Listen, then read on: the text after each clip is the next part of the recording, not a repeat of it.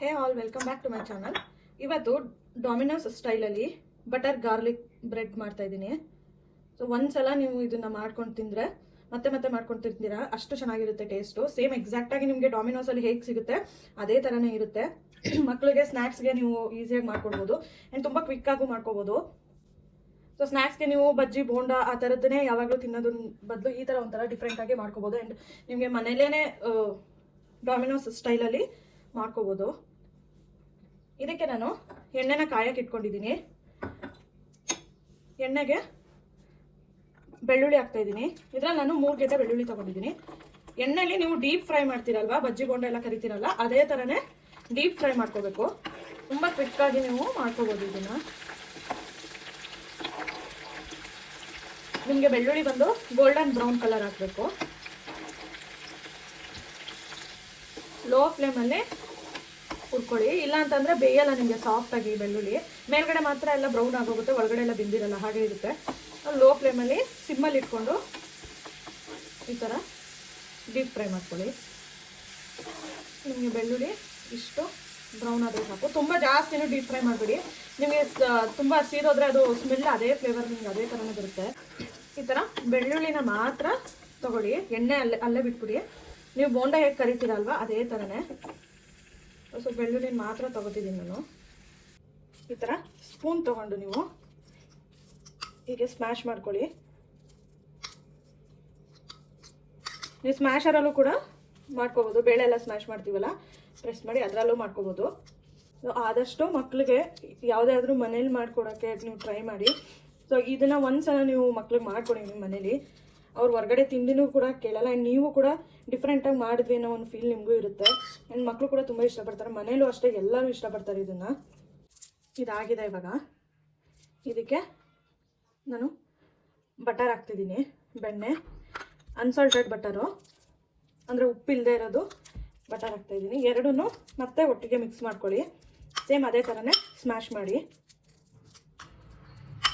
ಇದನ್ನು ನೀಟಾಗಿ ಎರಡೂ ಹೊಂದ್ಕೊಳ್ಳೋ ಥರ ಸ್ಮ್ಯಾಶ್ ಮಾಡ್ಕೊಳ್ಳಿ. ಇದಾಗಿದೆ. ಇವಾಗ ಇದಕ್ಕೆ ನಾನು 1 ಹಸಿಮೆಣ್ಸಿನ್ಕಾಯಿ ಹಾಕ್ತಾಯಿದ್ದೀನಿ. ನೀವು ಬೇಕು ಅಂತಂದರೆ ಹಾಕೋಬೋದು, ಬೇಡ ಅಂದರೆ ಸ್ಕಿಪ್ ಮಾಡ್ಬೋದು.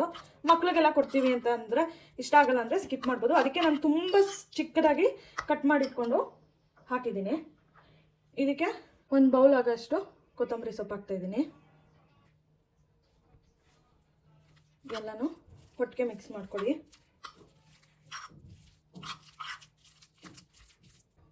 ಚಿಲ್ಲಿ ಫ್ಲೇಕ್ಸ್ ಹಾಕ್ತಾಯಿದ್ದೀನಿ. ಚಿಲ್ಲಿ ಫ್ಲೇಕ್ಸ್ ಅಷ್ಟೇ ಕಡಿಮೆನೇ ಹಾಕ್ಕೊಳ್ಳಿ ನೀವು. ನಾವು ಮೆಣಸಿನ್ಕಾಯಿ ಹಾಕಿರೋದ್ರಿಂದ ಸೊ ಚಿಲ್ಲಿ ಫ್ಲೇಕ್ಸ್ ಕಡಿಮೆ ಹಾಕ್ಕೊಳ್ಳಿ. ಇದಕ್ಕೆ ಉಪ್ಪು ಹಾಕ್ತಾಯಿದ್ದೀನಿ. ಉಪ್ಪು ಅಷ್ಟೇ ಟೇಸ್ಟ್ಗೆ ನಿಮಗೆ ಎಷ್ಟು ಬೇಕು ಅಂತ ನೋಡ್ಕೊಂಡು ಹಾಕ್ಕೊಳ್ಳಿ. ಮತ್ತು ಆರಿಗೇನೋ ಹಾಕ್ತಾಯಿದ್ದೀನಿ.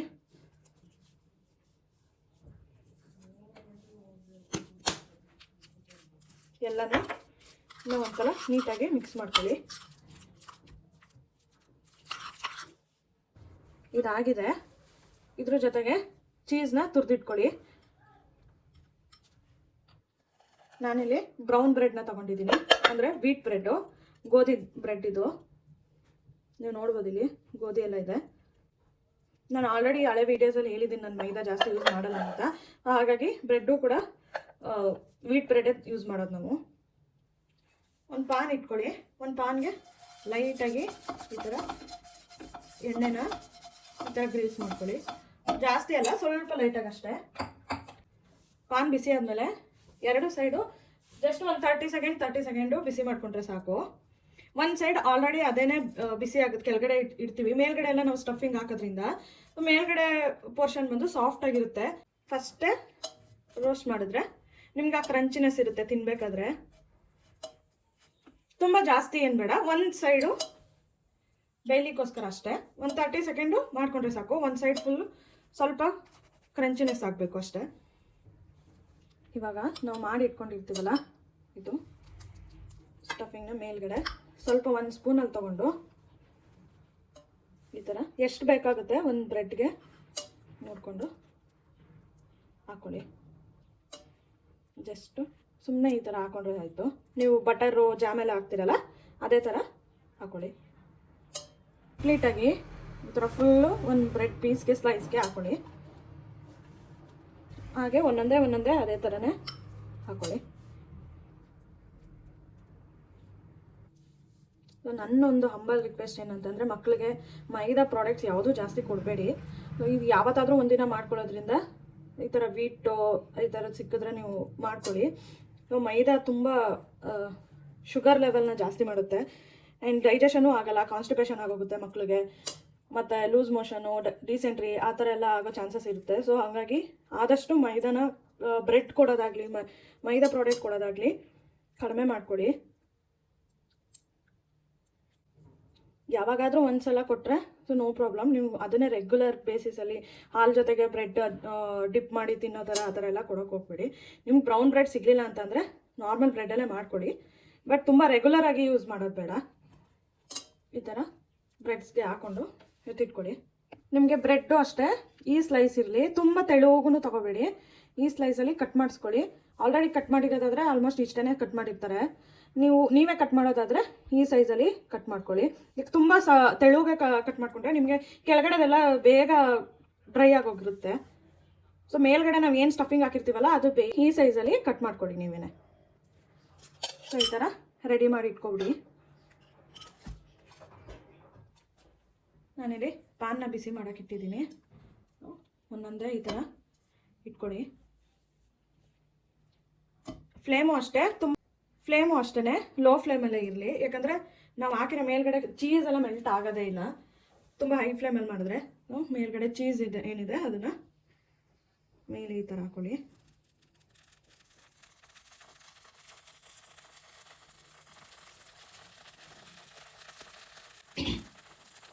ನನಗೆ ಚೀಸ್ ಇಷ್ಟ ಇಲ್ಲ, ಸ್ಕಿಪ್ ಮಾಡ್ತೀನಿ ಅಂತಂದರೆ ಅದು ಟೇಸ್ಟೇ ಬರೋದಿಲ್ಲ. ಸೊ ಮೇನ್ ಬಂದು ಚೀಸು ಮತ್ತು ಗಾರ್ಲಿಕ್ಕು.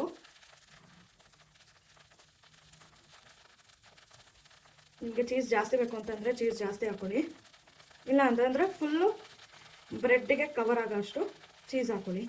ಈ ಥರ ಚೀಸ್ ಹಾಕಿ ಕ್ಲೋಸ್ ಮಾಡೋಕ್ಕೂ ಮುಂಚೆ ಒಂದು ಚಿಕ್ಕದು ಬೌಲಲ್ಲಿ ಈ ಥರ ನೀರು ಇಟ್ಕೊಳ್ಳಿ. ನೀರು ಇಟ್ಕೊಳ್ಳೋದು ಏನಕ್ಕೆ ಅಂತ ಹೇಳಿದ್ರೆ ಆ ಮಾಯಿಶ್ಚರ್ ಕಂಟೆಂಟಿಂದ ನಿಮಗೆ ಬೇಗ ಕೆಳಗಡೆ ಲೇಯರ್ ಏನಿರುತ್ತೆ ಇದು ಕೆಳಗಡೆ ಲೇಯರು ಅದು ಬೇಗ ನಿಮಗೆ ಸಿಯಲ್ಲ, ಮತ್ತು ನಿಮಗೆ ಕ್ರಂಚಿನೆಸ್ಸು ನೀಟಾಗಿ ಪರ್ಫೆಕ್ಟಾಗಿ ಕುಕ್ ಆಗುತ್ತೆ ನೀರು ಇಡೋದ್ರಿಂದ.